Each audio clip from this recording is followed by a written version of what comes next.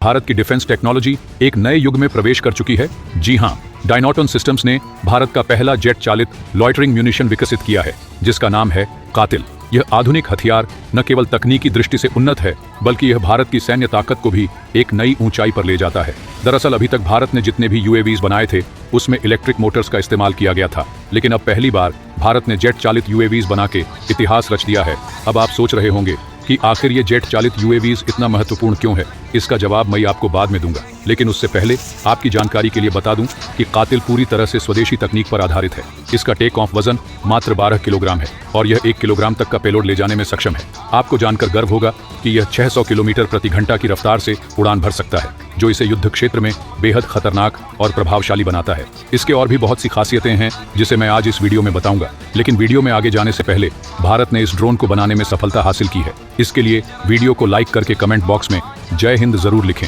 याद रहे, जय हिंद कहना हम सब के लिए गर्व की बात है। दोस्तों, बिना देर किए सबसे पहले इस ड्रोन की क्षमता के बारे में समझते हैं। यह फायर एंड फॉरगेट तकनीक से लैस है, यानी इसे एक बार लॉन्च करने के बाद यह अपने लक्ष्य को स्वचालित रूप से खोजकर नष्ट कर देता है। इसके अलावा इसमें पारंपरिक यूएवी की तरह लैंडिंग गियर भी है, जिससे यह कुछ परिस्थितियों में पूर्ण उपयोग योग्य बन जाता है। अगर कातिल ड्रोन किसी दुश्मन के ठिकाने पर भेजा जाता है और वह बिना किसी नुकसान के वापस आ जाता है, तो उसे फिर से किसी और मिशन के लिए तैयार किया जा सकता है, जैसे किसी पुराने मोबाइल फोन को मरम्मत के बाद दोबारा इस्तेमाल करना। यह खासियत इसे अन्य ऐसे हथियारों से अलग बनाती है जो एक बार इस्तेमाल के बाद नष्ट हो जाते हैं। आपको जानकर गर्व होगा कि कातिल GNSS डिनाइड वातावरण में भी बेहद सटीकता से काम करता है। GNSS डिनाइड का मतलब है कि जब ग्लोबल नेविगेशन सैटेलाइट सिस्टम जैसे GPS सिग्नल जाम या कमजोर हो जाते हैं, तब भी यह ड्रोन सटीकता से अपना मिशन पूरा कर सकता है। यह तकनीक विशेष रूप से उन इलाकों में मददगार है जहां दुश्मन ने GPS जैमिंग या ब्लॉकिंग तकनीक का इस्तेमाल किया हो। इसका सर्कुलर एरर प्रोबेबल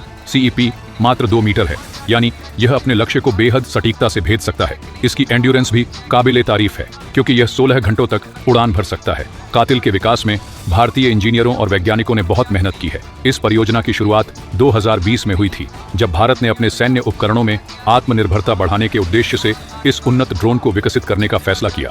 इस ड्रोन को पूरी तरह से तैयार करने में लगभग 3 साल का समय लगा। वैज्ञानिकों ने दिन रात मेहनत करके इसे डिजाइन और टेस्ट किया, ताकि यह हर परिस्थिति में प्रभावशाली साबित हो सके। यह ड्रोन उन चुनौतियों का जवाब है जो भारत को सीमाओं पर अक्सर झेलनी पड़ती हैं।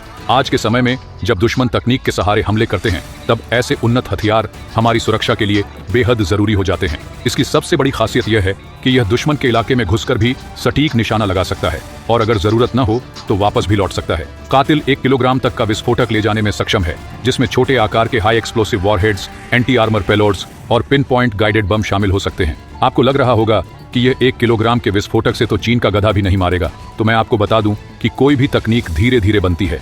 ऐसा नहीं है कि हम अचानक एक दिन में ही हाई लेवल के हथियार बना सकते हैं। हम क्या, यहाँ तक कि कोई भी नहीं बना सकता। यह क्षमता इसे अन्य ड्रोन से अलग बनाती है।